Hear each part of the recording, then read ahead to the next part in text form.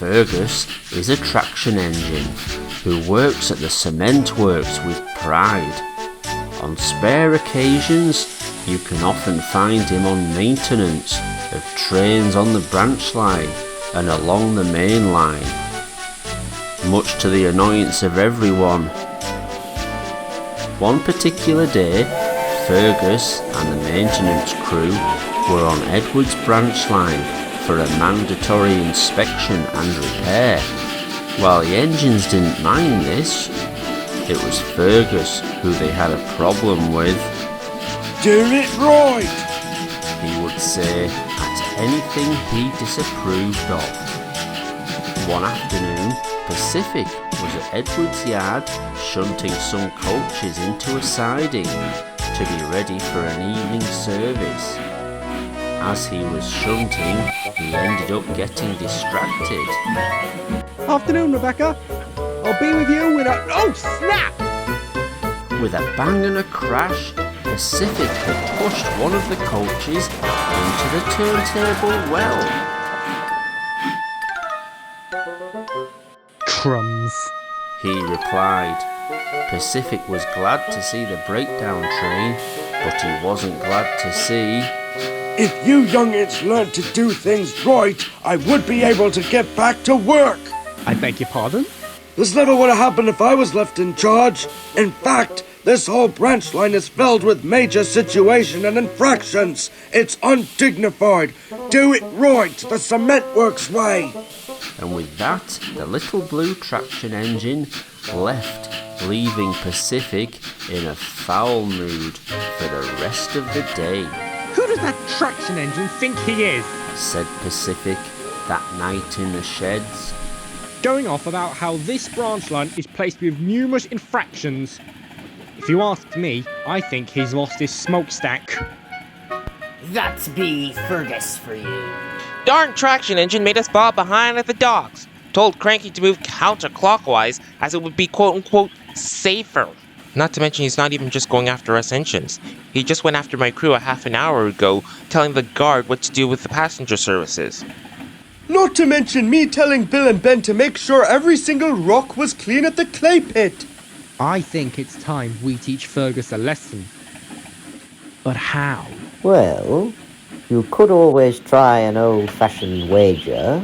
The engine looked to see Derek about to head to Knapford Sheds. The wager would go something like this. He must complete a whole day without saying, "Do it right." If he doesn't complete the task, he is to leave us alone and not bother us again about doing it right. The engines muttered in agreement. All right, Derek. That sounds like a plan. Very well. I will inform Fergus tomorrow morning. And with that, Derek rolled quickly away. Early that morning, Derek woke to see Fergus about to ready the maintenance train. Morning, Fergus. Morning, Derek. What do you need? Well, the thing is, Fergus, the engine and I are a bit fed up with you telling us to do it right all the time. We were about to tell Mr. Melvin when I came up with an idea. A sort of wager, you could call it. The wager would be this. You mustn't complain, nitpick, or give us advice all day. But how will you know to do things right? Snapped Fergus. Derek smiled at this.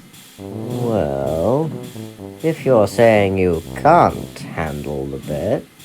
Now wait just 1 minute. I never said I couldn't handle this bet.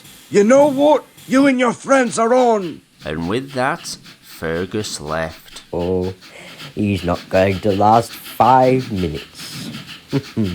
I'd say the wager has been won, said Derek slyly. And indeed, Derek was right. You should have been more careful. Do it next time.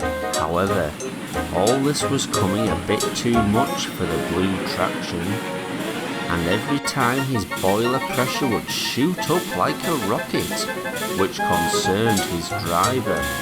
Nonsense! I'm a man of words and I will continue this bet till the day is through. Neither his driver or fireman could convince Fergus to back out.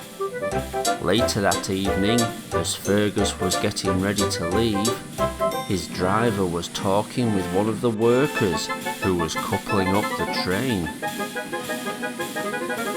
Let's go! He said impatiently. I want to get home before sundown. Fergus's driver quickly hopped onto the footplate. But what happened next, nobody knows. The worker could have sworn he coupled the works unit coach. All in all, Fergus headed off down the line without the workmen and the coach.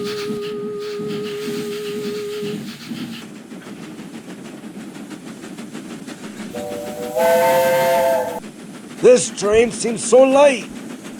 Fergus's driver looked and realised what had happened. By the time Fergus found out, that was the last straw.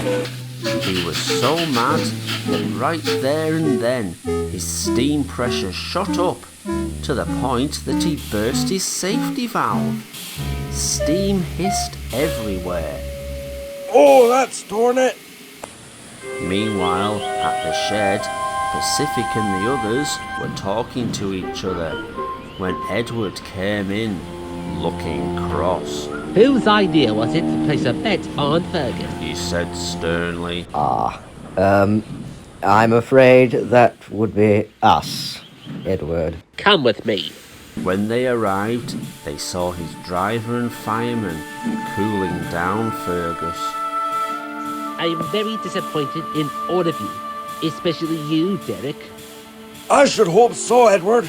You should keep your team on a... They're also not the only ones I'm disappointed in.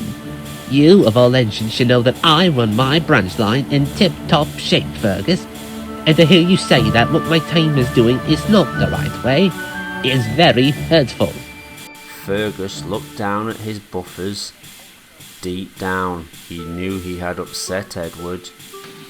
Later the next day, Fergus came back to Edward's station. Morning, Fergus. What brings you here?